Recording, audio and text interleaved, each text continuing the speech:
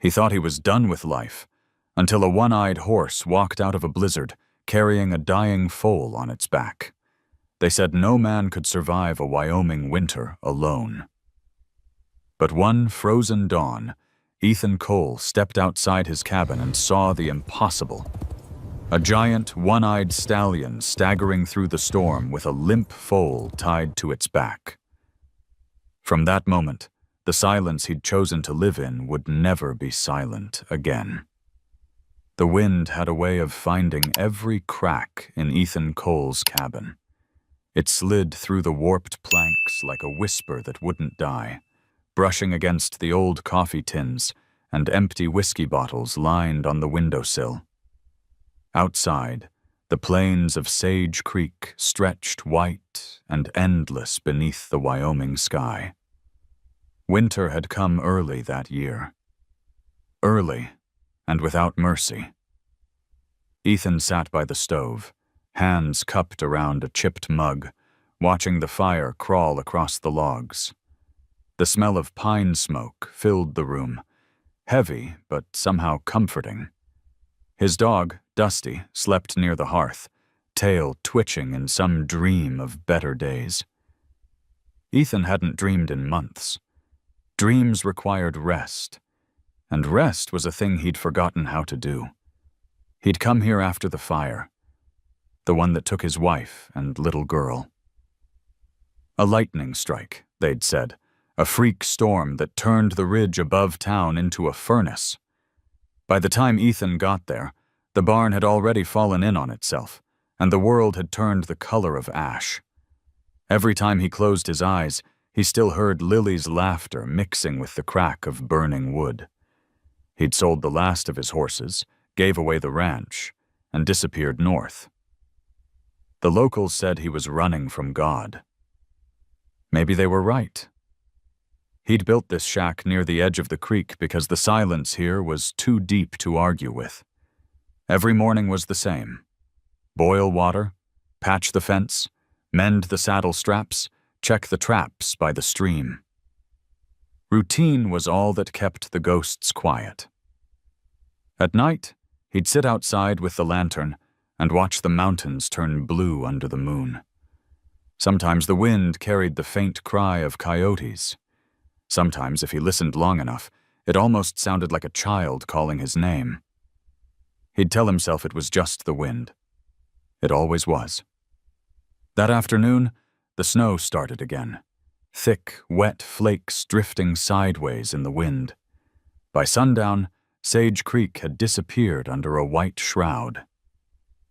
Ethan tossed another log into the fire and leaned back in his chair. The heat made the room glow with an amber hue, catching on the old photograph pinned above the mantel. His wife, Anna, their daughter, Lily, and him, squinting in the sun, all of them unaware how brief that moment would be.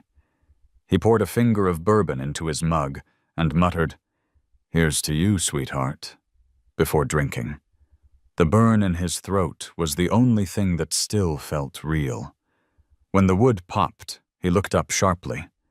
For a second, he thought he'd heard something else, something faint and rhythmic beneath the wind. He tilted his head, listening. Nothing. Just the storm pressing against the walls like a heavy hand. He rubbed his temples, sighed, and whispered to the dog, "We're getting jumpy, boy." Dusty lifted his head, ears twitching, then settled again. The cabin creaked and moaned. Ethan stared into the fire, letting his eyes blur until the flames became shapes. Horse legs, a child's hair, smoke rising from the wreckage. He closed his eyes. He wasn't looking for peace anymore. He'd learned to live inside the ache. Out here, there was no one to remind him what he'd lost, no one to tell him to move on. Outside, the night fell silent, so silent it hummed. The snow kept falling, soft and relentless. The creek behind the cabin froze in mid-flow, its surface shimmering faintly under the half-moon. Ethan stood, poured out the dregs of his drink, and walked to the door. When he opened it, the wind hit him full in the chest. Cold, alive, filled with 1,000 small voices. He looked out across the frozen valley, his breath turning to mist. Nothing moved. No light, no sound, only the long stretch of white beneath a black sky. He stepped outside anyway, boots crunching on the crusted snow. The horizon glowed faintly, the kind of glow that came from the moon trying to fight its way through clouds. His breath came slow, steady. Somewhere deep down, a part of him was waiting. For what, he didn't know. He listened. And then, for the briefest heartbeat, he thought he heard it again. A dull, heavy rhythm. Distant, but deliberate. Thud. Pause. Thud. The sound carried through the storm, too slow for a deer, too uneven for the wind. Dusty barked once inside, sharp and unsure. Ethan froze, eyes scanning the white void. There it was again. Thud. Pause. Thud. Something was moving out there. He took a step forward, squinting into the blur of snow, his breath catching in his throat. A shape flickered in the distance, massive, swaying, half swallowed by fog. For a moment he thought it was a trick of light, the way moonshine plays games with the snow. But the sound didn't lie. The earth itself seemed to shudder beneath each step. The wind shifted, carrying a strange scent, metal, smoke, and blood. Ethan's pulse quickened. He whispered to no one. "What in God's name?" The shape came closer, emerging through the haze. A horse, enormous, dark, its mane stiff with ice. And across its back, lashed down by leather straps, lay something small. A foal, limp and lifeless. The sight rooted him where he stood. Snowflakes clung to his eyelashes. He didn't blink. The animal's single good eye caught the light of his lantern. A burning gold, half mad, half pleading. For a long moment, man and beast stared at each other through the storm. Then the horse staggered, legs buckling beneath its own weight. Ethan's hand went to his chest, as if to steady the heart that suddenly hurt to carry. Dusty barked again from the doorway, sharp and frightened. The wind roared louder, the world turned white. And then, through the chaos, the sound came one last time. Thud. Pause. Thud. Ethan dropped the lantern into the snow and ran forward. The storm swallowed his breath as Ethan ran forward, boots breaking through the crusted snow. The lantern lay behind him, a dim blur of orange swallowed by the wind. Ahead, the shape of the giant horse swayed, legs trembling, steam rising off its body like smoke from a dying fire. Ethan could hear the ragged rasp of its lungs, each breath thick with pain. When he reached it, he stopped short. The animal was enormous, taller than any draft horse he'd ever seen. Its hide was torn in long, dark streaks, as though it had run through barbed wire for miles. One eye was clouded and useless. The other burned a dull gold through the snow. Across its back lay a foal bound by leather straps, its small body slick with blood and frost. "Easy now," Ethan whispered, voice nearly lost in the wind. He moved slowly, palms open, the way he would when calming a frightened mare. But this horse didn't rear. It didn't shy away. It simply stood, breathing hard, the muscles in its shoulders shaking with the effort to stay upright. Ethan reached for the straps. The leather was frozen stiff, edges crusted with ice. He pulled at one, but it held fast. The horse gave a low, guttural sound, half warning, half plea. Its legs buckled again. Ethan's instinct took over. He drew the hunting knife from his belt and sliced through the first strap. The sound was sharp, final. The second snapped with a jerk. The foal slid from the mare's back into his arms, light but limp. Its head lolled against his shoulder, nostrils flaring faintly. Still alive, barely. "You hold on, little one," Ethan said, the words automatic, the same tone he once used for his daughter when she fell from the corral fence. The horse swayed, lowering its head until its muzzle brushed his arm.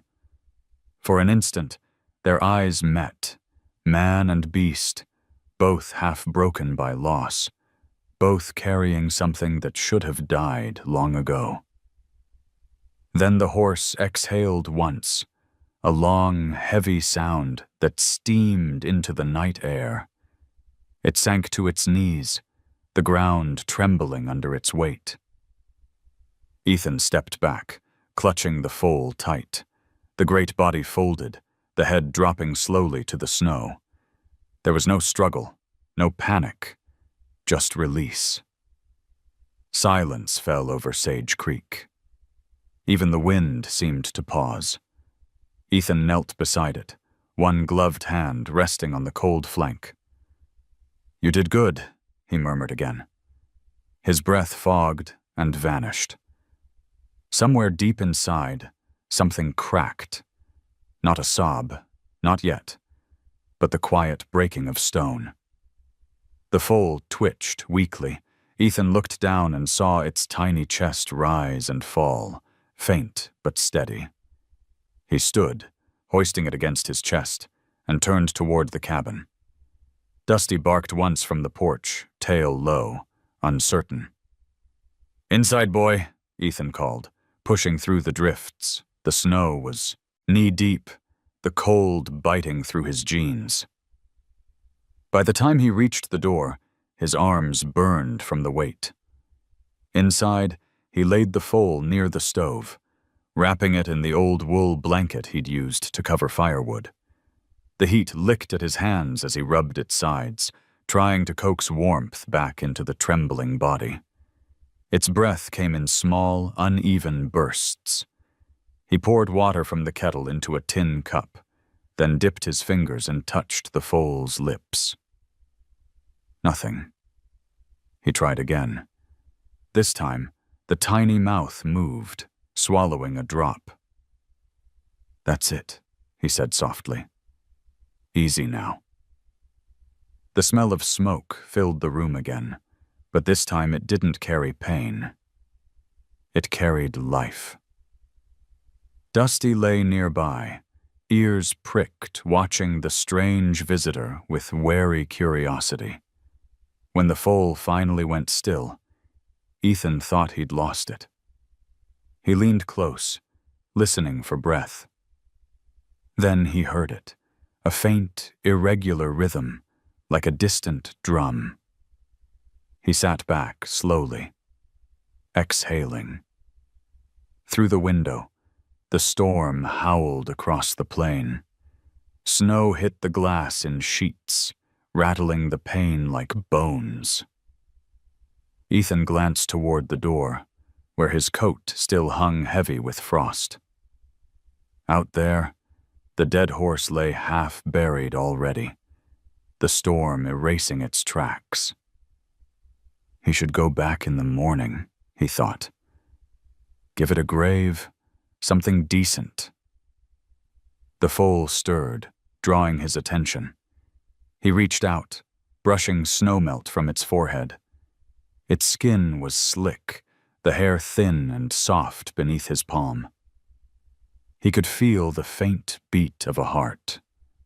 Unsteady, stubborn, unwilling to quit. "You and me both," he said quietly. He sat there for a long time, feeding the fire, listening to the wood crackle. Every now and then, the foal made a small sound, a low sigh, almost human. Each one pulled him further from the dark places in his mind. He realized he was whispering without meaning to. Fragments of lullabies, old rodeo songs, anything that might keep the silence from swallowing the room. Hours passed. The storm raged, then eased. When it finally went quiet, he opened the door a crack. The world outside glowed faintly under the moon, every surface coated in new snow. The body of the mare was gone beneath it, only a single rise in the white field showing where she'd fallen.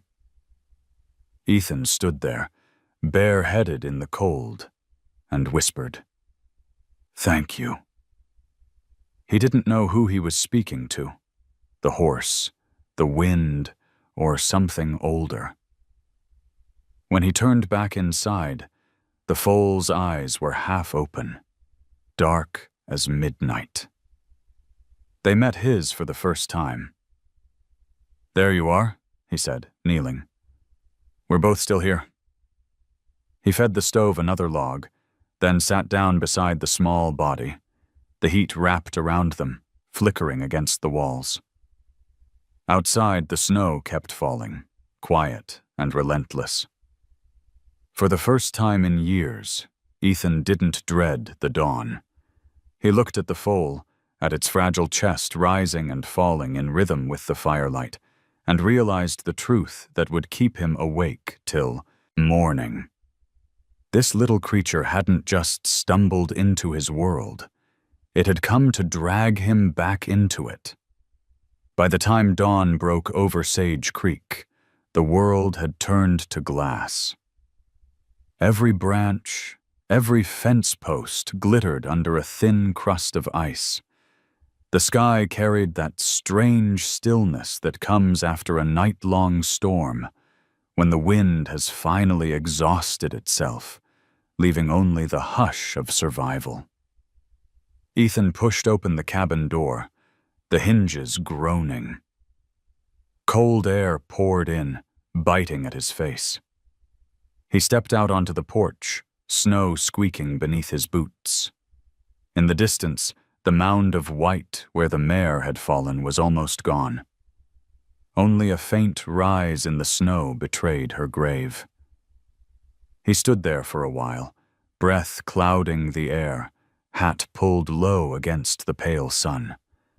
The silence was so complete, he could hear the faint crackle of frost forming on his sleeves. Something about it felt sacred, like the land itself was keeping a vigil. When he turned back inside, the foal stirred. Ethan knelt beside it, touching its neck. The skin was warm now. It opened its eyes, dark pools that reflected the flicker of firelight. For the first time, the animal seemed aware of him. "Morning, little one," he said quietly. It blinked, weak but alive. Ethan smiled without meaning to. The feeling was awkward, foreign. He took one of Anna's old bowls from the shelf and filled it with warm water from the kettle. Then, with the patience of someone who had once trained horses for frightened children, he coaxed the foal to drink. It took a few tries, a few soft words, but finally the animal swallowed. "There you go," he murmured. "That's the way." Dusty sat a few feet away, head cocked, tail sweeping slowly across the floor. He had the look of someone deciding whether this new thing was friend or trouble. Ethan reached out and scratched behind the dog's ear. "She's a guest," he said. "Don't start something you can't finish." When he looked down again, he realized he'd called the foal she without thinking. It felt right. She was smaller than he'd thought, all legs and ribs, her coat mottled gray beneath the grime. He found an old brush, and as he worked through the knots of frozen hair, the cabin filled with the sound of steady breathing. Two survivors rediscovering rhythm. Hours passed that way. The storm outside softened into a flurry, then stopped. The fire sank low, the light turning amber. Ethan warmed some oatmeal on the stove, ate a few bites, then left the rest to cool. He wasn't hungry. His hands shook from exhaustion, not hunger. When night came again, he sat by the window, staring at the horizon. Somewhere out there, the mare lay beneath the snow. He thought about digging a proper grave come morning, maybe marking it with a post. Something simple, honest. He'd buried plenty in his life. Friends lost to rodeo accidents, a father who drank himself quiet, a wife and child taken by fire. But this felt different. The mare had carried something that wasn't hers to carry, all the way through hell. He whispered, "You did good." Again, this time to the night. Behind him, the foal gave a small noise, a half whinny, weak but defiant. Ethan turned. She was trying to stand, legs splaying awkwardly. "Easy," he said, rising. He steadied her by the shoulders, his palms flat against trembling muscle. Slowly, she found her balance. For a moment, she stood. Then her knees buckled, and she slumped into the straw. Ethan laughed softly, the sound low and worn. "You've got more fight than sense," he said. But he understood. You stand, you fall, you try again. It was the only rule worth keeping. He went to the shelf and pulled down an old notebook, the kind used to track breeding lines back when he ran the ranch. He flipped it open to a blank page and wrote, "Day 1. Found her in the storm. Mare gone. Foal alive." The words looked strange in his handwriting, like they belonged to someone else. Outside, the wind rose briefly, stirring the eaves, then fell silent. That night, Ethan dreamed for the first time in years. He was back in the old rodeo ring, sunlight blazing off the rails, Lily laughing in the stands. She held a toy horse in her hands, its single painted eye gleaming. He waved to her, but the crowd noise swallowed the sound. Then fire poured over the ring, the world turning gold and red. When he woke, his hands were clenched tight around the blanket. The foal slept beside the stove, chest rising slow and even. Ethan sat up, rubbed his eyes, and whispered, "It's just a dream, that's all." But it didn't feel like a dream. It felt like a warning. He stood and threw on his coat. The door opened to a dawn washed pale and endless. The cold bit through the wool, sharp enough to make his lungs ache. He trudged to the rise where the mare had fallen. The snow was waist-deep now, glittering under the sun. He dug with a shovel until he hit something hard. Frozen earth, not flesh. She was too far gone to reach. He took off his hat, stood there a while, then drove the shovel into the ground like a marker. "Rest easy," he said.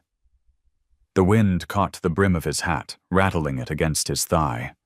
When he turned to go, he noticed tracks leading down toward the creek. Not animal, not human. Half melted, circular, almost like something dragged. The snow blurred their edges. He frowned. Maybe from the night before. Maybe something else. Back inside, the foal was awake again, watching him with that steady gaze. He knelt beside her and said, "We're not done yet." He reached into the feed sack for oats, crushed them fine, mixed them with warm water. As he worked, he found himself talking. About the barn that used to stand here, about Anna's biscuits, about how the mountains looked in spring. He hadn't said that much in months, maybe years. By evening, the foal was standing on her own. Wobbly, yes, but upright. Ethan felt something stir inside. Him. A pulse he hadn't trusted in a long time. Hope, maybe. Or just the stubborn will to keep breathing. He leaned back against the wall, watching her nose around the straw. "You're tougher than you look," he said. "Guess that makes two of us." The sky outside turned violet, shadows stretching long across the valley. Smoke rose from the stovepipe, drifting into the dusk. Ethan thought of how strange it was. A man and a horse, both lost, both saved by the same storm. He didn't know yet that this small heartbeat beside him would be the one to change everything. He only knew the silence had started to sound different now, less like loneliness, more like the space where something new could begin. Night fell softly over Sage Creek, the kind of still night when even the wind seemed to hold its breath. Ethan sat near the stove, the flames painting his face in amber and shadow. The foal, his small guest from the storm, slept on a nest of straw by the wall. Her breathing was deeper now, steadier. Outside, snow pressed against the cabin like a hand, sealing them away from the world. The cabin smelled of smoke and wet wool. Every time Ethan added a log, sparks leapt up the stovepipe and disappeared into the dark. It had been 3 nights since he'd found her. He still hadn't named her. Somehow a name felt too permanent, like a promise he wasn't sure he could keep. He sat with his hands open toward the fire, listening to the soft pops and sighs of burning wood. It reminded him of the nights before everything burned. The family ranch alive with light, Anna humming while she mended shirts, Lily drawing horses on scraps of paper by the window.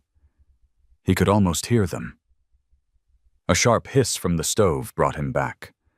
The foal stirred, letting out a faint whimper, not quite a whinny. Ethan moved closer, crouching beside her. Her skin was still hot from the fever.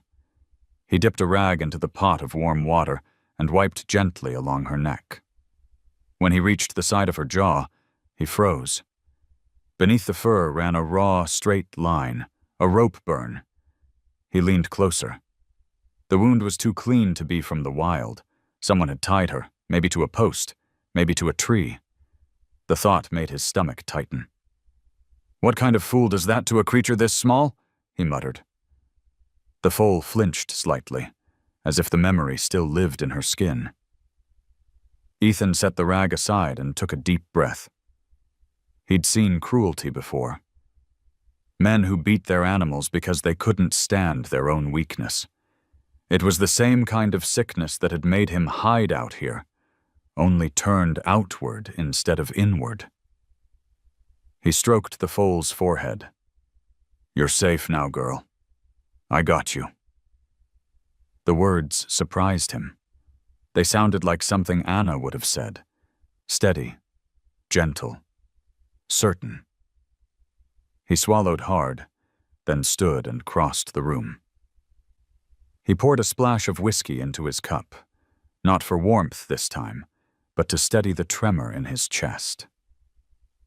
When he turned, back, the firelight caught on the foal's eye.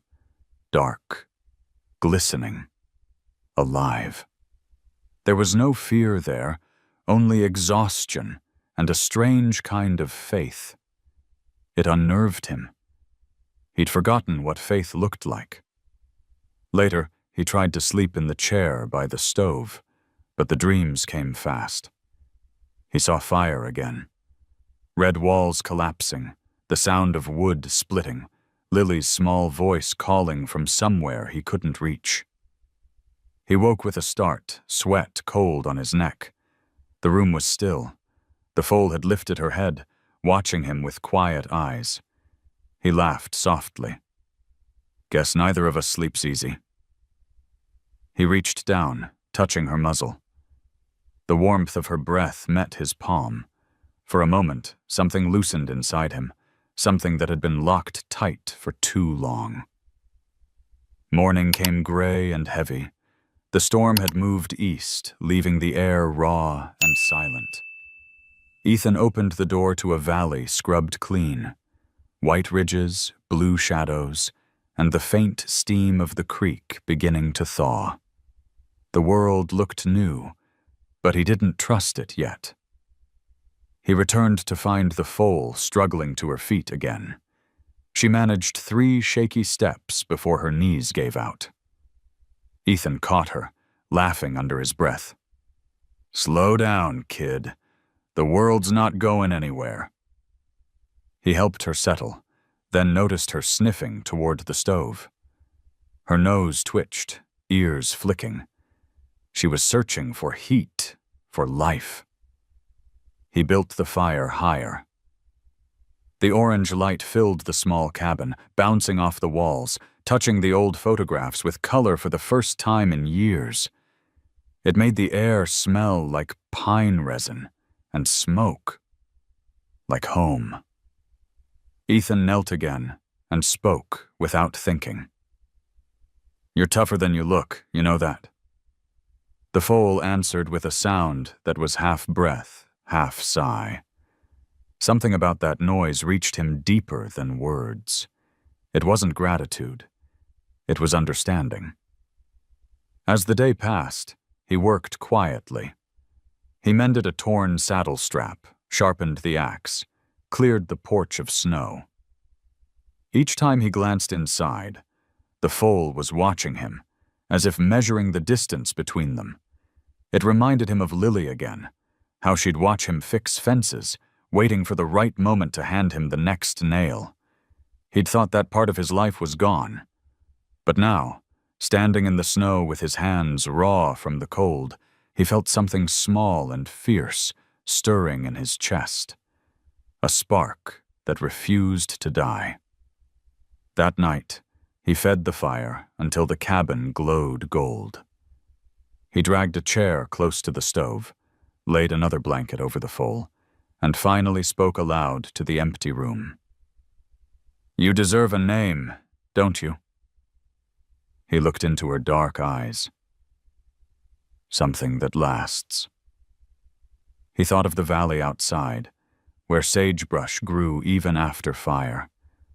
The scent of it filled the air each summer, sharp and sweet. It was the first plant to come back after the blaze, stubborn and alive. He nodded slowly. "Sage," he said. "That's you."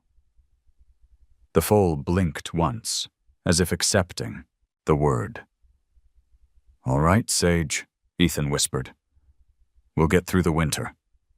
Both of us." He leaned back in the chair, staring into the flames. The light painted everything in shades of gold and amber, turning the cabin into something that almost felt like home again. The fire crackled softly. Sage shifted in her sleep, letting out a tiny breath. Outside, the snow began to fall again. Thin flakes this time, drifting more like ash than ice. They tapped against the window pane, soft and steady. Ethan watched them for a long while, then closed his eyes. For the first time in years, he wasn't thinking about the fire that had taken everything. He was thinking about the fire that was still burning, the one flickering quietly beside him, alive in the heartbeat of a creature too small to carry so much hope. When he finally slept, he dreamed not of loss, but of motion. A horse running through smoke toward a sky streaked with dawn, carrying something fragile but unbroken. Morning came to Sage Creek with a faint streak of rose along the horizon. The wind had calmed, leaving a silence so clean it almost rang. Ethan woke before the fire died, the cabin still dim but warm from the embers. For a long moment he simply sat there, listening to the soft sound of breathing, his and the foal's, mingling in rhythm. Sage was already awake, her head lifted, ears flicking toward every creak of the wood. The fever had broken overnight. Her coat shimmered faintly under the weak light, revealing its true color, silver gray, the shade of ash left behind after rain. Ethan crouched beside her, rubbing her shoulder. "You made it, girl," he said softly. "Didn't think either of us would." Outside, the world was dazzling. The storm had scoured everything clean, laying a sheen of white across the valley. The air smelled of pine and cold earth, sharp enough to sting. Ethan filled a bucket at the creek, the water biting at his hands, then carried it inside. Sage drank in short gulps, and when she finished, she nudged his arm with her nose. That small gesture, the warmth of it, made him smile in spite of himself. He hadn't smiled like that in years. For the next few days, Ethan found himself falling into a rhythm he hadn't expected. He woke early, stoked the fire, checked Sage's wounds, and walked the perimeter of the cabin. When the light stretched long and golden, he'd let her stand by the open door, her nose twitching at the scent of freedom just beyond the steps. Each evening, as the sun went down behind the ridge, they would sit in that same quiet, the man and the foal, breathing in time with the land. He was fixing the fence one afternoon when he heard it, the soft clatter of hooves behind him. He turned, startled. Sage had followed him outside, the rope he'd tied slipping loose from the post. Her legs trembled, but she stood tall, sniffing at the world she'd nearly left behind. "Well, I'll be damned," Ethan murmured, walking over. "You don't listen worth a lick." He didn't scold her. He couldn't. She looked too proud, too alive. For the first time, the space around him didn't feel like a graveyard. The snow began to melt by noon, thin rivulets cutting through the drifts and exposing patches of brown grass. A hawk circled above, its shadow sliding across the white. Sage lifted her head, eyes following the movement.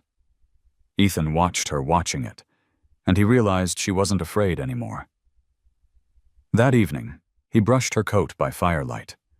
The brush moved through the hair in soft, rhythmic strokes, each one loosening another knot of fear in both of them.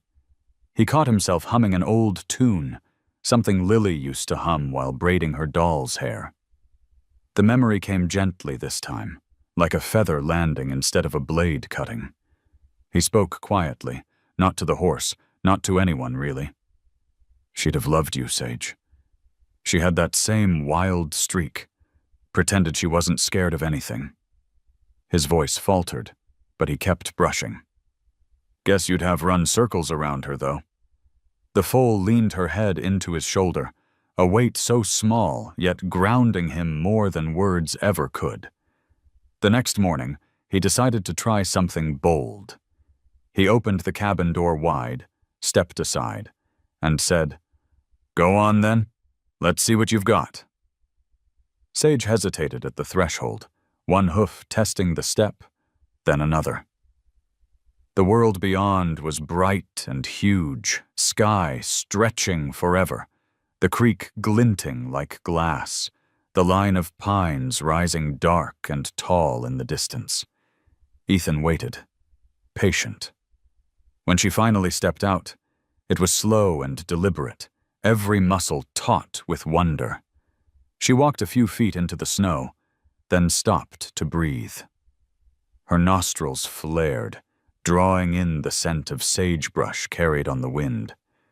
The smell made Ethan's throat tighten. It was the scent of summers past, the hills before the fire, the air thick with life. Sage turned her head toward him, eyes reflecting the same silver light that rolled over the snow. In that look, Ethan saw the thing he hadn't dared believe in for years: forgiveness. Not from God, not from anyone else, but from life itself. The simple mercy of another chance. He took a step closer, hand resting on her neck. "You're gonna make it," he whispered. "You and me both." That night, he couldn't sleep. The wind had changed again, no longer biting but soft, brushing through the cracks in the cabin like a voice trying to speak. Ethan sat at the table, the old ledger open before him. He picked up the pencil and wrote carefully on a blank page. Day 7. Sage, standing, eating, curious about the world. First sign of spring in the air. He paused, tapping the pencil against the page. For years, his journals had been filled with records of loss. Numbers, debts, names of horses he'd buried. This page felt different. It wasn't a record of survival. It was a record of return. He set the pencil down and stared into the fire. The glow of it reminded him of another kind of light. The kind that had once filled the windows of his ranch house before the fire took it. But this light was gentler. It didn't demand anything. It just existed. Sage lay nearby, her head tucked against her legs, her body reflecting the orange shimmer. Ethan leaned back in his chair, arms crossed, eyes heavy. "You're the light, aren't you?" he murmured. "The one I forgot I had." Outside, the moon rose high, spilling pale light across the valley. The ice on the creek cracked with the slow sound of thawing. Ethan dozed in the chair, the warmth of the stove washing over him. He dreamed again. Only this time, there was no fire, no screaming wind.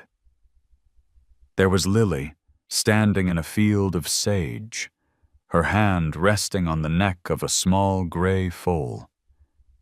She turned to him and smiled. When he woke, the fire had burned low, but the warmth lingered. Sage lifted her head, blinking at him. The look in her eyes was calm, almost knowing. Ethan reached for the poker, stirred the coals, and watched the flames rise again. It struck him then that fires didn't always destroy. Sometimes they made room for new things to grow. He whispered to the horse, "Morning, Sage. Let's see what today's got for us." The words hung in the air like a quiet promise as the first thin light of dawn slid across the floorboards and turned the gray world gold. The thaw came slow to Sage Creek, as if the land itself was uncertain it could trust warmth again. By early March, the snow had thinned into long silver veins running through the grass. The creek began to whisper beneath its skin of ice, testing its voice after months of silence.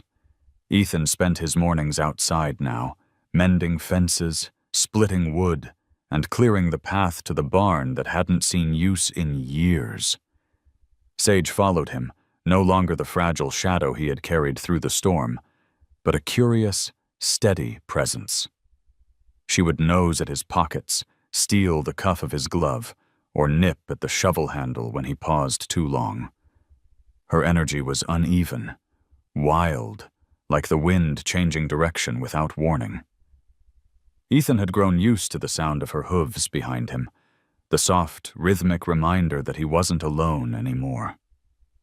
Sometimes, when she trotted close enough that her breath brushed his shoulder, he caught himself murmuring to her without thinking, the same way he used to talk to his daughter on long rides. One morning, as he was repairing the east fence, the crunch of tires startled him. A county truck rolled up the hill, sunlight glinting off the chrome. A man stepped out, dusting snow from his boots. His badge caught the light. Sheriff Morgan. Ethan hadn't seen him in years, not since the fire. The lawman looked older now, lines carved deeper around his eyes, the kind carved by long winters and longer regrets. "Didn't expect to find anyone still living up this way," Morgan said, voice even.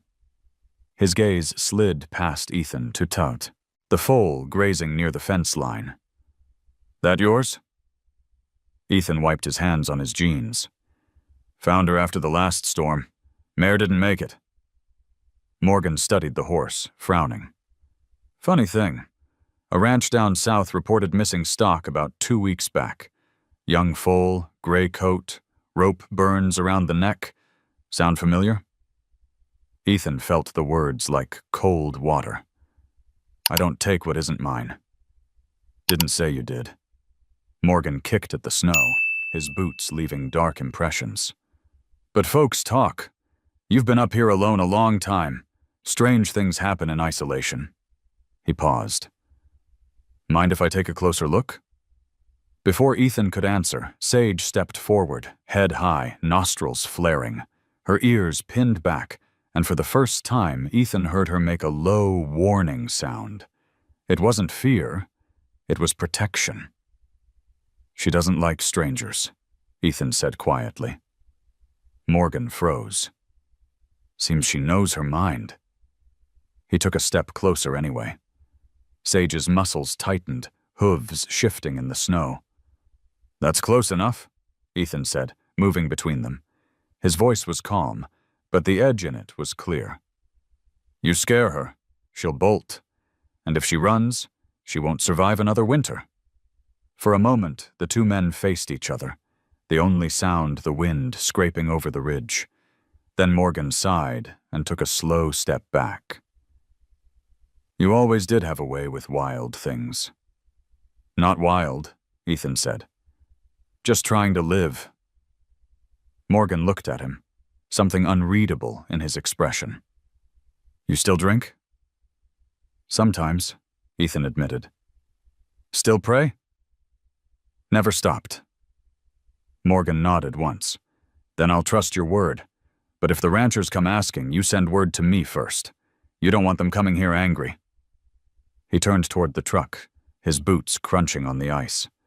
Over his shoulder he added, "You were a good man once, Cole. Don't let the mountain convince you you're anything else." The sound of the truck faded down the hill until only the wind remained. Sage stepped forward, pressing her nose against Ethan's back. He turned, hand resting on her neck. "You handled that better than I did," he whispered. That night, the sky bled into shades of blue and violet. The fire in the stove glowed steady, the air thick with the smell of pine resin. Ethan sat at the table, turning Morgan's words over in his mind. He hadn't thought of himself as a good man in a long time. The phrase felt foreign, like a borrowed coat that didn't fit anymore. Sage dozed near the door, her flank rising and falling in the firelight. He studied her silhouette, the curve of her ribs, the faint shimmer of her silver coat. He couldn't deny she'd changed the rhythm of his life. He spoke more now, worked longer, dreamed lighter. But along with the change came something sharper. Fear. Fear of losing her. Fear of what she'd stir up inside him. He poured a splash of coffee into his tin, cup, and stared out the window. The moon had risen low, reflecting off the creek like a blade. Beyond the fence, something moved, a flicker of shadow against the snow. His hand went instinctively to the rifle by the door, but when he looked again, the shape was gone. Just wind, or maybe memory. In the stillness, he thought he heard a sound, a single, heavy hoofbeat echoing from somewhere deep in the valley. He held his breath. Nothing followed. He told himself it was just the ice shifting. But the hair on his neck stayed raised long after the silence returned. The next day, he found Sage restless. She pawed at the ground, ears flicking toward the wood. Her muscles quivered as though she could sense something he couldn't. Ethan tried to distract her with hay, soft words, anything to ease the tension, but she kept glancing toward the ridge. "What is it, girl?" he asked. "Coyotes? Elk?" She didn't answer, of course, but her unease settled into him like cold through the seams of a coat. He spent the afternoon repairing the barn door, forcing himself to focus on the rhythm of hammer and nail. Still, every so often he caught her staring into the distance, body taut, breath fogging in quick bursts. By nightfall, she'd calmed again. Maybe it had been nothing, just nerves, the leftover instinct of an animal that had survived too much. But as Ethan closed the shutters and checked the locks, he couldn't shake the feeling that something was shifting in the valley, like the world holding its breath for the next change. Before turning in, he walked to where Sage lay curled in the straw. He knelt, resting a hand on her shoulder. "You're safe here," he said softly. "No one's taking you away. Not this time." She blinked slowly, as if she understood. Outside, the creek murmured in its thaw, and the mountains answered with a low sigh. Ethan sat by the fire until the last ember dulled to red. He thought about Morgan's face, the suspicion behind his polite tone, and the way the foal had stood her ground. There were stories the land carried, he realized. Stories written in hoofprints and scars and silence. Sage had her story. So did he. He wasn't sure whose was heavier. When he finally blew out the lamp, he whispered to the dark, "Whatever comes next, we face it together." The wind picked up then, brushing against the cabin walls like fingertips. Somewhere far off, a single echo rose, a low, distant whinny rolling through the valley, fading into the cold. Ethan froze. It wasn't Sage. She was right beside him. He stood in the half-light, heart pounding, listening. But when the sound didn't come again, he sat back down, staring into the ashes until they cooled to gray. He didn't see it, but through the frost on the window pane, a set of hoofprints marked the snow outside, large, deep, half-filled with moonlight. The weather turned without warning, the way it always did in the high country. One moment the valley was clear, the air soft as breath, and the next the clouds were piling over the ridge like gray soldiers, swallowing the horizon. Ethan stood by the barn, an axe in his hand, the scent of rain sharp and electric. Sage paced near the fence, head tossing, ears twitching toward the rising wind. He could sense it too, the shift in the air, the kind that carried more than weather. It carried memory. He'd learned to read the sky like a man reads a letter from an old enemy. It said something's coming. By dusk, the light had drained from the world. Snow began to fall, thick and fast, melting on his jacket before freezing again. He hurried to haul the last of the wood inside, latching the barn doors against the gusts. Sage stamped and whickered, nervous. He threw a blanket across her back and spoke low and even. "We'll sit it out, girl. Just another long night." The storm hit just as he reached the cabin. The first blast of wind slammed the door against his back, the sound like a gunshot. Inside, the shutters rattled. The roof groaned. Dusty barked once, then curled under the table, nose pressed to his paws. Ethan stoked the fire until the stove roared, filling the room with orange light. Outside, the world vanished into white noise. He sat by the window, the coffee cooling in his hands, eyes following the flicker of the flames. The storm sounded different this time, not just wild, but heavy, almost deliberate. Every gust felt like it had weight, intent. He thought of the night he'd found Sage and the giant horse that had carried her through the snow. He shook his head. Ghost stories. That's all they were. The mind plays tricks when you're alone too long. Still, he couldn't ignore the way the wind seemed to move in rhythm. Thud. Pause. Thud. He frowned. That sound. He'd heard it once before. Setting the cup aside, he crossed the room, listening.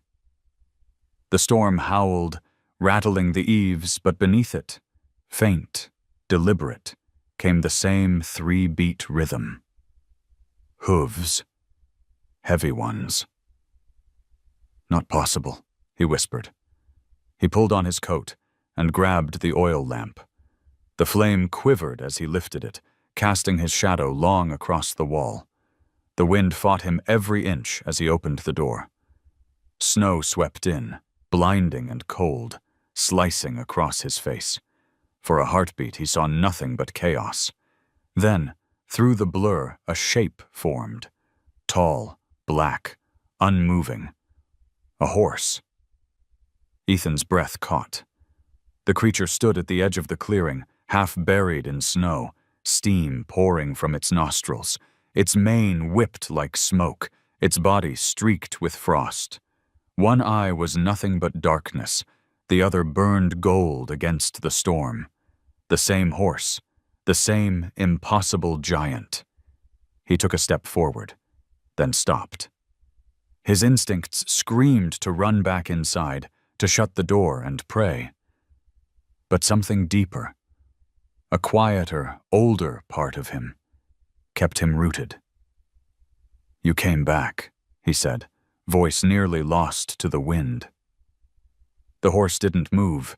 It simply turned its head toward the barn. Ethan followed its gaze. Through the white blur, he could see Sage's outline behind the slats, restless, pacing. The wind shifted, carrying a sound low and mournful, almost like a sigh. Ethan swallowed hard. She's safe, he said aloud, though he wasn't sure why. You did your part. The horse lowered its head slightly, the golden eye never leaving him. For a moment, he thought he saw something like understanding flicker there. Then the storm surged, swallowing the space between them. Snow spiraled upward, wrapping around the figure until it shimmered, half there, half gone. Wait, Ethan shouted. Don't! But the words dissolved in the wind. The horse stamped once, a deep, resonant sound that rolled across the ground like thunder. Then it turned away, walking into the white, until it disappeared completely. Ethan stood there long after the shape was gone, the lamp's flame guttering against the wind. Snow gathered in his hair, on his shoulders, his breath turning to ice.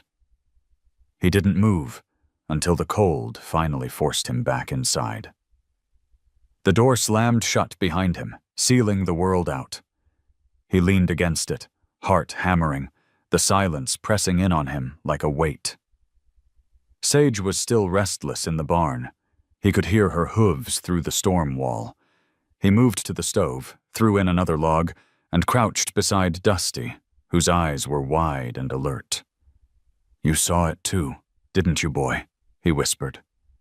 The dog gave a low whine. He stayed there until the fire's warmth began to thaw the numbness in his hands.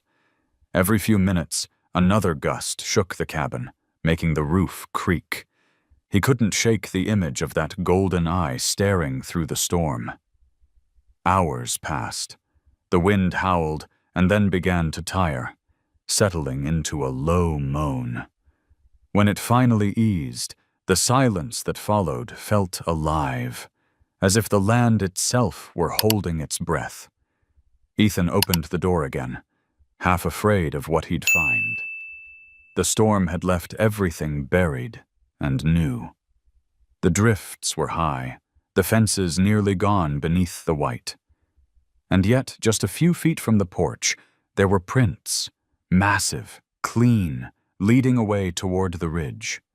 Each one perfect, unblurred by the wind. He knelt, touching the edge of one. The snow burned his skin. "You were real," he said softly. "You were real." Behind him, Sage called, a short, sharp whinny, urgent. Ethan turned. She was at the barn door, pawing the wood, her eyes wide and bright in the dim light. He hurried to her, opening the latch. She pressed her head against his chest, breathing fast, the heat of her body radiating through his coat. He held her until she calmed. When she finally pulled away, she turned her head toward the same direction the prints led, ears forward, tail flicking. Ethan followed her gaze. The ridge glimmered under the moonlight, silver against the blue-black sky. Somewhere out there, the ghost of that great horse was moving still, keeping its silent watch. He laid a hand on Sage's neck. "We'll see him again," he said quietly. "When it's time." Back inside, the fire had burned low. He poured himself a small glass of whiskey, the first in weeks. He didn't drink it right away. He just held it, letting the warmth of it sit in his palm. For the first time, the drink didn't feel like escape. It felt like memory. A way to honor something larger than understanding. When he finally took a sip, he raised it toward the window, where the storm light flickered faintly along the snow. "Rest easy, old boy," he said. "You earned it." The wind shifted once more, brushing softly against the cabin walls. It almost sounded like breathing. Ethan sat there until dawn, watching the horizon blush with the first hint of light. The storm had passed, leaving behind a silence that didn't feel empty anymore. It felt like a promise, one made not with words, but with hoofbeats fading into the snow. The storm left behind a silence so deep it hummed. When Ethan opened the door that morning, the air was blue with cold, the kind that felt clean enough to cut. The whole valley shimmered under a fresh crust of snow, unbroken and blinding. It looked peaceful from a distance, but peace had never lasted long in Sage Creek. Sage stood by the barn, her coat glinting silver under the pale sun. She lifted her head when she saw him, gave a low, short call that was half greeting, half warning. Ethan followed her gaze. At the edge of the creek, a black shape broke the smooth white surface of the field. His breath caught. He didn't have to get closer to know what it was. The great horse, one-eyed, impossibly large, the same creature that had carried Sage through the storm, lay there in the hollow between two stones. The snow had half covered its body, frost glinting across its ribs like armor. Ethan's boots crunched in the snow as he approached. The air around the animal was still. Even the wind seemed unwilling to intrude. He knelt beside the body, the cold seeping instantly through his knees. The stallion's hide was stiff, but there was something in the way it lay, head turned slightly toward the rising sun, that made it look less like death and more like rest. "You carried her farther than anyone had a right to," Ethan whispered. "You didn't quit. Not till the end." Sage stepped forward carefully, her breath fogging in the air. She lowered her head until her muzzle brushed the stallion's neck. Then she let out a low, trembling whinny that seemed to pull the air out of the valley. Ethan's throat tightened. He reached out, placing one hand on the horse's shoulder. Beneath the frost, he could feel the scars, deep ridges that told their own story. "You did good," he said again, because there were no better words for what he felt. He didn't know how long he stayed there, the cold biting deeper, time stretching into something soft and unmeasured. Eventually he stood and went back to the cabin for tools.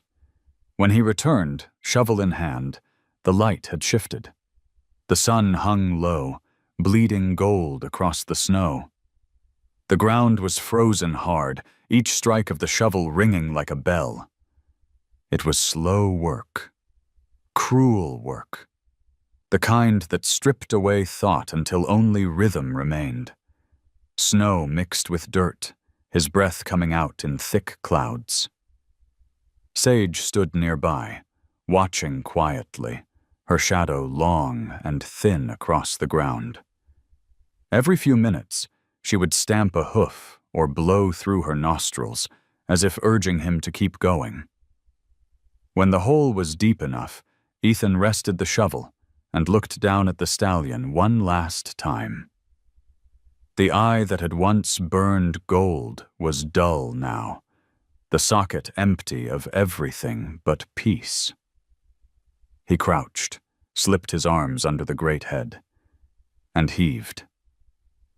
It took nearly all his strength to move the animal into the grave, but he didn't stop. He couldn't.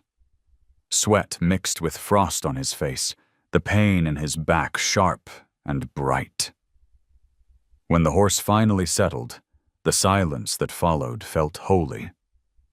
Ethan reached into his coat pocket and pulled out a square of fabric, a torn piece of the old wool blanket he'd used to keep Sage alive that first night. He laid it gently over the stallion's chest. "You earned this," he murmured. Then he began to fill the grave. Each shovelful of snow and soil landed with a soft thud, muffling the world a little more. Sage moved closer, pressing her head against his shoulder. Together, they watched as the mound rose, as the last curve of dark hide disappeared under white. When it was done, Ethan straightened, his breath coming ragged and slow. His arms trembled from the effort, but the ache felt right. He turned to a broken fence post nearby, pulled his knife from his belt, and began to carve. The letters came slowly, unevenly, but steady. For the one who carried more than he had to. When he finished, he planted the post at the head of the grave. The sunlight caught on the fresh cuts, making the words glow like gold. For a moment, everything was still. Even Sage stopped moving, her ears turning toward the faint murmur of the creek. Ethan sank to his knees. The cold burned through his jeans, but he didn't care. He folded his hands, not because he believed anyone was listening, but because it felt like the only thing left to do. "I don't know what you were," he said softly. "But you saved her. You saved me, too." His voice cracked, the sound breaking like thin ice. Sage nickered quietly beside him, the sound a fragile echo of comfort. He reached out and rested his hand on her neck. "He did it for you, girl," he whispered. "And for me." For a long time they stayed there, man and horse and the grave that bound them. The sun began to drop behind the ridge, spilling light across the snow like melted gold. Tiny droplets formed on the branches overhead, glimmering as they fell. Ethan rose slowly. His knees ached, his fingers numb. He looked one last time at the mound and the simple marker that stood above it. The air was perfectly still. Even the wind had forgotten how to move. As he turned toward the cabin, a faint tremor rolled through the ground beneath his boots. It was so soft, he almost missed it. Then came a sound, barely there, a single, deep, distant whinny drifting from somewhere beyond the ridge. He stopped, heart hammering. The echo lingered, long and low, before fading back into silence. He didn't know if it was real or if his grief was playing tricks again, but when he looked at Sage, she was staring in the same direction, ears pricked, eyes bright with something like recognition. Ethan nodded slowly. "Yeah," he said, "I hear it too." They walked back through the snow together, the world dimming around them. The air smelled faintly of ash and pine and something else, something like forgiveness. At the cabin, Ethan paused at the door. He looked back once more at the ridge, at the grave hidden beneath the white. The wind stirred then, gentle and brief, enough to lift the edge of Sage's mane. It carried a sound with it, not words, but presence. He closed his eyes and whispered, "Rest easy, soldier." When he opened them again, the valley was quiet. The day was ending, but not in the same way as before. This ending carried warmth, the kind that grows out of cold ground, small but unstoppable. He led Sage into the barn, spreading fresh straw, making sure she had hay and water. The sky outside was fading from gold to violet, and the first stars blinked awake. He leaned against the stall door, watching her settle. "You keep him in your dreams," he said. "That way he'll never really go." She turned her head toward him, her eyes soft and steady. He smiled, tired but peaceful, then stepped back into the open air. The night met him like a sigh, cold, vast, infinite. And for the first time, Ethan felt small in a way that didn't hurt. Somewhere in that great silence, something sacred had shifted. He stood there until the stars blurred and the world dissolved into the soft hum of snow and wind. And when he finally went inside, he didn't light the lamp. The fire's glow was enough. Spring didn't arrive all at once in Sage Creek. It crept in quietly, like a shy traveler, melting the edges of the snow one breath at a time. By late March, patches of brown earth peeked through the drifts, and the air carried the faint scent of thawing pine and wet stone. The creek, once silent beneath its sheath of ice, now whispered again, its voice hesitant, but growing stronger each day. Ethan rose earlier now, drawn from sleep by light instead of loneliness. He spent the mornings tending to Sage, brushing her coat, cleaning the stall, talking in that low, steady tone that both calmed her and filled the silence inside him. The foal had changed since winter. Her ribs no longer showed. Her stride had lengthened.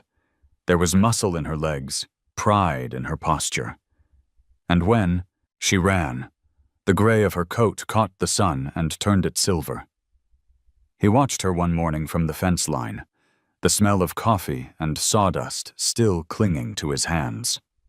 Sage galloped across the thawing field, kicking up arcs of mud and light. Her hooves struck the ground with the confidence of something born for open space. For the first time, Ethan thought she truly belonged here. Not rescued, not trapped. Alive. Wade Morgan came riding up the hill that afternoon, his coat unbuttoned, hat tilted against the wind. He carried a flask, and the same easy half-smile he'd always worn in the old days. Ethan hadn't seen another human since the storm, and for a moment he wasn't sure how to greet him. "You look less like a ghost than the last time I saw you," Wade said, swinging down from his horse. His boots sank into the damp soil with a squelch. "Guess the mountain hasn't swallowed you whole yet." Ethan smirked. "Not for lack of trying." Wade glanced toward Sage, who was watching them from the paddock, ears pricked, tail flicking. "So that's her, the little miracle you pulled out of the snow." "Yeah," Ethan said. "Name's Sage." Wade stepped closer, keeping his movements slow. "Pretty thing. Got her mother's eyes?" Ethan's jaw tightened slightly. "Her mother's gone." Wade nodded, removing his hat. "Then she's got yours." The words hit harder than Ethan expected. He turned away, pretending to adjust the fence post. "You didn't ride up here just to hand out compliments." Wade shrugged. "No, figured I'd check in before the world forgets where you live." He reached into his coat and pulled out a folded piece of paper. "Got a report last week. Wild herds moving down from the North Range. Big ones. Unusual for this time of year." Ethan took the paper without reading it. "You think that means something?" Wade smiled faintly. "In this country, everything means something. You just have to listen long enough." They shared coffee by the barn, the conversation drifting from horses to weather to nothing at all. When Wade left, Ethan watched him ride down the valley until he was only a dark speck against the green-gray hills. He realized he didn't feel that old tug of emptiness anymore. The loneliness had softened into something quieter, solitude, not exile. That evening, clouds gathered along the western ridge, turning the sky the color of iron. Sage grew restless, pacing the fence. Ethan followed her gaze toward the horizon. At first he saw nothing but the shimmer of distant heat. Then the ground itself seemed to move. A wave of dust, slow and rolling. It wasn't the wind. He walked closer, heart hammering, and the shape began to take form. Dozens, no, hundreds of wild horses streamed across the plain, their coats flashing gold, chestnut, cream, and shadow. They moved like a single breath of the earth, muscles rippling in unison, manes flying. And leading them, Ethan's breath caught, was a figure he knew before his mind could name it. A massive stallion, coat shining like forged silver, one eye clouded and scarred. The one-eyed horse. He stood frozen at the fence as the herd thundered closer, the ground trembling beneath his boots. Sage lifted her head high and called out, a clear, ringing whinny that cut through the wind. The stallion answered. A low, resonant cry that carried across the valley like a hymn. Ethan's eyes stung. The world blurred, not from the dust, but from something deeper. The sound that filled the valley wasn't noise. It was recognition, the living calling to the lost. The herd slowed as it reached the edge of the clearing. For a heartbeat, time held still. The stallion turned his head, meeting Ethan's gaze from across the field. The single golden eye caught the light of the setting sun, flaring with life. Sage pawed at the ground, impatient. Ethan reached for the latch on the gate, fingers trembling. "Go on, girl," he whispered. "He came back for you." He hesitated. Every part of him wanted to hold on, to keep the one good thing he'd been given. But he knew better. Holding on too long only breaks what you love. He lifted the latch, The gate swung open. Sage bolted forward in a spray of dirt and light. The herd parted for her, forming a circle of motion and breath. She slid into their rhythm like she'd always belonged there. The stallion dipped his head once, a gesture of acceptance, maybe even farewell. Ethan stood at the fence, one hand resting on the wood, the other pressed to his chest. He could feel his heart beating like hooves. The dust rose around the herd, catching the sunlight until the air itself glowed. When they finally turned and ran, they moved together as one. Sage at their center, her coat shining like water, her mane streaming behind her like smoke. The valley filled with sound, the kind that echoed in the bones long after the air went still. Ethan watched until they vanished into the far hills, swallowed by the haze of dusk. The silence that followed wasn't empty. It was full of memory, of gratitude, of the strange peace that comes when you finally let go. He leaned against the fence, eyes closed. The last light of the sun touched his face, warm and fleeting. In the distance, a single whinny echoed back, high and clear, a promise, not an ending. By the time night settled, the stars had come out, scattered bright as embers across the sky. Ethan lit no fire that night. He didn't need one. The world itself was burning gently around him, alive with the warmth of everything that had been given back. He whispered into the dark, "Run free, Sage." And for the first time, the words didn't break him. They mended. He stood there until the chill began to creep in, then turned toward the cabin. Behind him, the field lay quiet, but the air still shimmered faintly, like a trail of light too stubborn to fade. The morning after the Tsusin, herd vanished. The world felt different, emptier, but in a way that didn't ache. The fields of Sage Creek shimmered under a thin veil of mist. Every blade of grass beaded with dew. The air smelled of thawing soil and pine sap. Ethan stood on the porch with his hands in his pockets, looking toward the horizon where the horses had disappeared. The fence gate hung open, swinging slightly in the wind. For the first time in years, he didn't feel the urge to close it. He brewed coffee slowly, listening to the soft rattle of the pot on the stove. The cabin was quiet, except for Dusty's occasional sigh as the old dog dozed near the hearth. The silence, once suffocating, now had weight and warmth. He'd spent so many mornings fighting it. Now he let it fill the room. When he stepped outside, the sunlight was sharp enough to make him squint. The snow had melted almost completely, leaving behind patches of new green. The creek ran fast and clear, its song carrying across the valley. Everything alive seemed to breathe in rhythm, as though the earth itself had exhaled after a long winter. He walked down to the fence line, boots sinking into the damp soil. The prints from the herd were still there, hundreds of them overlapping, pressed deep into the ground. They'd carved their story into the earth, the way storms carve memory into wood. Ethan crouched, brushing his fingers over the impressions. The dirt was cold and wet against his skin.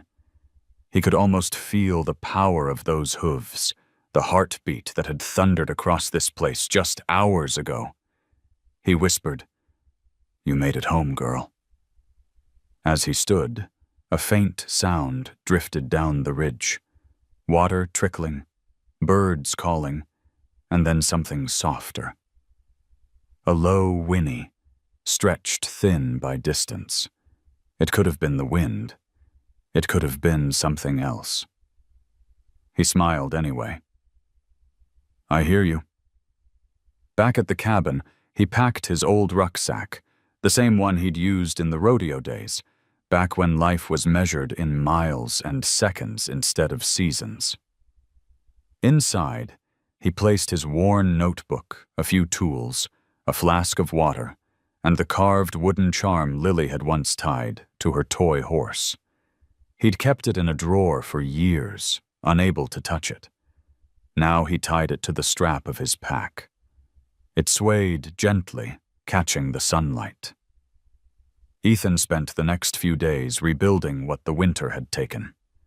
He fixed the roof shingles, cleaned the barn, and mended the corral gate. He worked until his hands ached and his back burned. But the pain was a good kind, the kind that said you were still here. Each strike of the hammer, each breath of sawdust and sweat tethered him back to life. Wade Morgan rode up again near the end of the week. The sheriff dismounted at the creek and called out, "You planning to join the living world again, Cole?"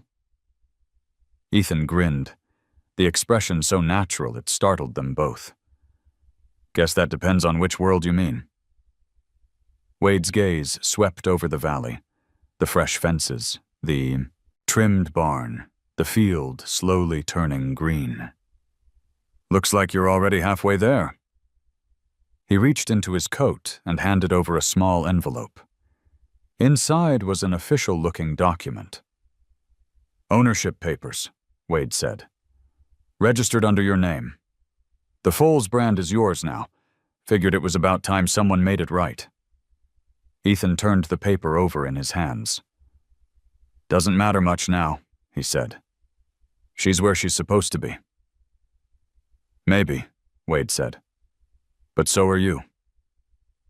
They shared coffee by the porch, talking in the quiet way men do when there's nothing left to prove. Before leaving, Wade glanced toward the ridge. "You ever think about heading back to town? Folks might be glad to see you again." Ethan looked out over the valley. "Not yet. I've got things here that need tending." Wade nodded. "Then I'll let the mountain keep you a little longer." He mounted his horse and rode off, the sound of hoofbeats fading into the whisper of wind. That night, the moon rose full and gold over the hills. Ethan sat by the window, writing by the flickering glow of the stove. The page before him was nearly filled. Words and sketches, bits of memory and moments he didn't want to lose. Near the bottom, he wrote carefully. "He carried more than his foal that night. He carried me out of the dark. He stared at the line for a long time, then set the pencil down. Outside, the air stirred. The wind moved through the pines, brushing against the cabin like a sigh.